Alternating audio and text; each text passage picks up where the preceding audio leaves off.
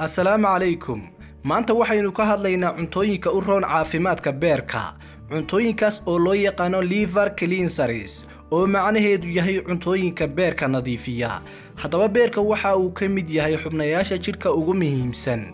Hawshiisu waa inuu ka caawiyo kala soocidda wasakh nadiifinta cuntada, sun ka saarista daawooyinka iyo soo samaynta waxyaabo badan oo jidhka muhiim u ah. Haddaba daawade waxaa soo batay cunista cuntooyinka dufanku ku badan yahay, cuntooyinka warshadaysan iyo cuntooyinka shiilshiilan, kuwaasoo culays xoog la saara beerka. Waa markii wasakhda laga saarayo, waxayna taasi keensanaysaa in shaqada beerka ay ka badato, kadibna uu daalo ama shaqadaba uu yareeyo.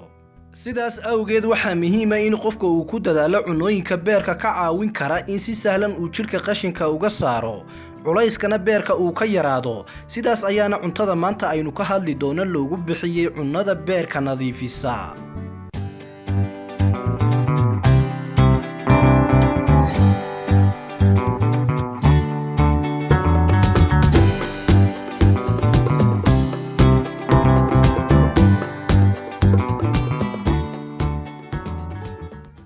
ugu horeyn toonta ayaa ka mid ah cunooyinka beerka nadiifiya, waayo toonta waxay ka mid tahay geeda daawadyada farakutiriska ee ummado badan isku waafaqsan yihiin waxtarkeeda caafimaad, weliba ay soo isticmaali jireen xadaarado hore oo caalamka soo maray. sidaa daraaddeed toonta waxay kaloo ka mid tahay geeda daawadyada uu rasuulkeena suuba nabadgelyo iyo naxariisi korkiisa ha ahaatee uu inagula dardaarmay inaynu xanuunada iskaga daaweyno. toonta waxay kaloo ka mid tahay geeda daawadyada ay cilmibaadhayaashu isku waafaqeen waxtarkeeda. sidaa daraaddeed toonta waxay ugu horeysaa cunooyinka beerka nadiifiya, waxayna sare u qaadaa dheecaan burburiyaha uu soo daayo beerku, taasoo keenaysa in qashinka si sahlan loo saaro.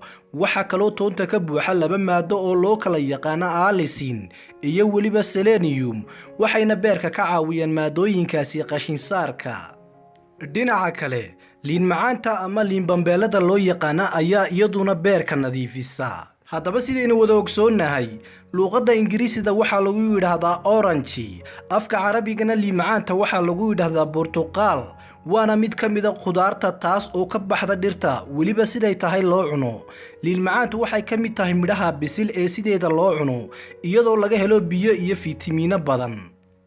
haddaynu wax yar ka hadalno taariikhda liin macaanta, dadku waxay midhaha liinta aqoonaan jireen tan iyo qarniyaal badan. sida lagu caddeeyey qoraal waqti dhoweyd la helay, dalka shiinaha waxay isticmaali jireen khudaarta liinta ilaa 314 sano ka hor dhalashadii nebiyullaahi ciise calayhi salaam. haddaba beerashada geedka liintu wuxuu aad u batay sanadku markuu ahaa 1987, kaasoo la sheegay inuu labalaabmay beeridda iyo soo saarista liin macaantu, taasoo iyaduna ku salaysnayd kordhitaanka suuqa liin macaanta ee caalamka. sidaa daraaddeed liin macaantu maadaamay beerka nadiifiso, waxaa aad ugu badan fiitamiin C-ga iyo waxyaabaha qashinka saare ee loo yaqaano antioxidant, oo hal koob oo cabitaanka liin macaanta waxa uu ku filan yahay inuu beerka ka caawiyo qashin saarka. dhinaca kalena shaaha cagaaran ayaa ka mid a cunooyinka beerka ka nadiifiya wasakhda iyo sunta, waayo caleenta cagaaran ama shaaha cagaaran waa mid ka mid a waxyaabaha ugu qiimaha badan, islamarkaana si ballaadhan loo isticmaalo caalamka guud ahaantiisa. marka laga taga inay tahay caleentu shaah keliya, caleenta cagaaranni waxa ay leedahay faa'iidooyin caafimaad, waana maado ka hortagta xanuuno badan. sidaa daraaddeedna waxaa ku jirta maadada loo yaqaano catechins oo ku caanbaxday caawinta beerka iyo qashin saarka.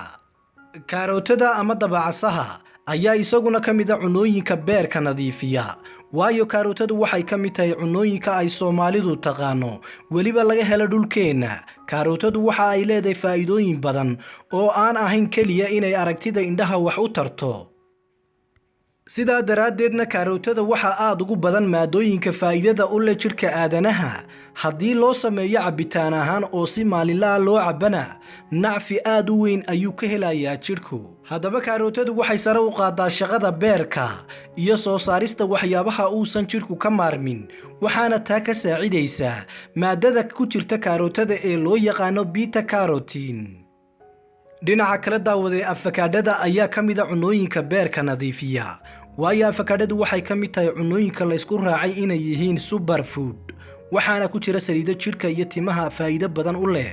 afakaadhada waxaa laga sameeyaa ama laga helaa waxyaabo badan oo caafimaadka iyo quruxda loo adeegsado, waxaana laga sameeyaa sida kariimyada wejiga la marsado iyo daawooyinka timaha la mariyo iyo weliba shaambooyinka lagu qubaysto.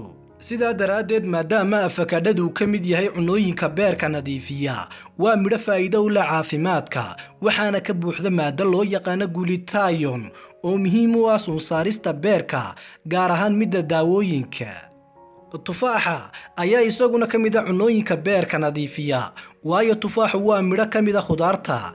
geedka tufaaxa oo saynis ahaan lagu magacaabo Malus domestica waa geed midho macaan leh, kaasoo la cuno midhaha ama khudaarta uu dhalo.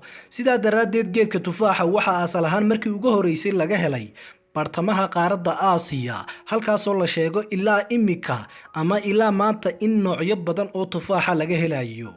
waxaana jirta odhaah reer galbeed oo caan baxday oo odhanaysa an apple a day keeps a doctor away, taasoo macnaheedu yahay maalin kasta haddaad mid tufaaxa cuntid dhakhtar u baahan maysid, oo ka dhigan si fudud u xasuusan maysid. haddaba tufaaxu maadaama uu ka mid yahay cunooyinka beerka nadiifiya, waxaa ku jirta maado loo yaqaano pectin, waana maado dheefshiidka u roon kuna caawisa mindhicirada inay nuugaan wixii jidhka halis ku ah. sidaa daraaddeed waxay beerka ku caawinaysaa cunno laga soo reebay qashinka in beerka la geeyo, sidaasna ay hawshu ku yaraato. geesta kalena liindhanaanta ayaa ka mid a cunooyinka beerka nadiifiya. haddaba liindhanaanta waa mid ka mid a khudaarta oo ka tirsan qoyska liinta. liindhanaantu waxay caan ku tahay dhadhankeeda dhanaanka ah iyo biyaha ay siidha badan ee laga helo midhaheeda. geedka liindhanaantu waa mid weligiisba cagaar ah oo ka dheerar gaaban geedaha kale ee liinta. sidoo kale liindhanaanta waxay aad iskugu dhow yihiin xagga dhadhanka iyo walxaha ay ka samaysan tahayba midhaha liinta loo yaqaano qarbooshta, waxayna keliya ku kala duwan yihiin midabka cagaaran ee liinqarbooshta. intaas waxaa sii dheer in liindhanaantu ka dhanaan badan tahay liinqarbooshta, islamarkaana leedahay tiro aad u badan oo nafaqada jidhku u baahan yahaya oo ugu horreeya fitamiin C. guud ahaan liindhanaanta waxay ka baxdaa waddamo badan oo caalamka ku yaala, waxaana ka mid a waddanka Soomaaliya oo qani ku ah beerista liindhanaanta, soo saarista liindhanaanta, isticmaalka liindhanaanta iyo weliba dhoofinta liindhanaanta. laakiin waxaa ka horeeya waddanka Hindiya oo liindhanaanta waxaa aad looga isticmaali jiray waddamada Aasiya kumanaan sano ka hor.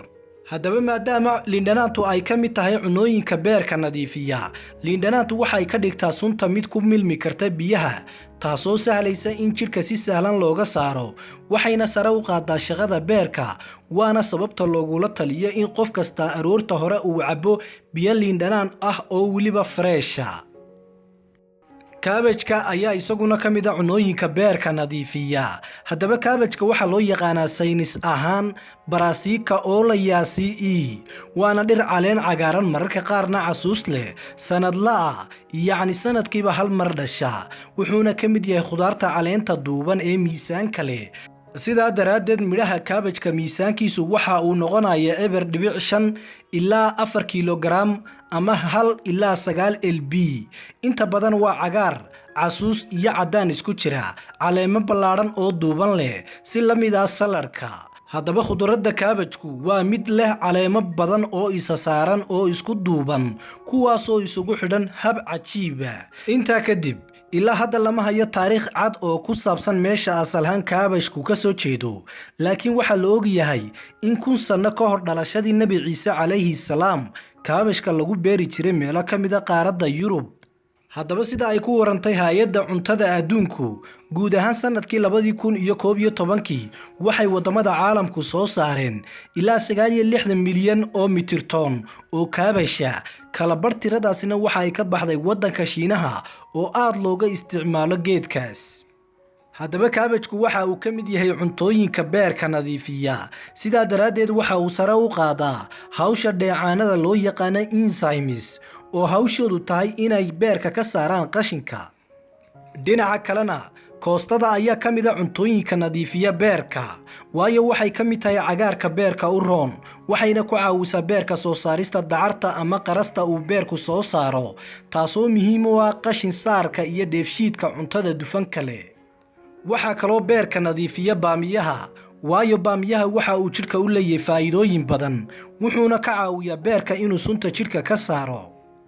ugu dambayntii daawade waxaa muhiim ah in cuntadaas mid ama laba ka mid ah cunisteeda iyo cabisteeda aad ku dadaasho maadaama badankeeda laga helayo meelaha ay Soomaalidu ku nooshahay. haddii beerku ka xanuunayo ama beerka aad ka jiran tahayna waxaan Ilaahay kaaga rajaynayaa beer caafimaad qaba.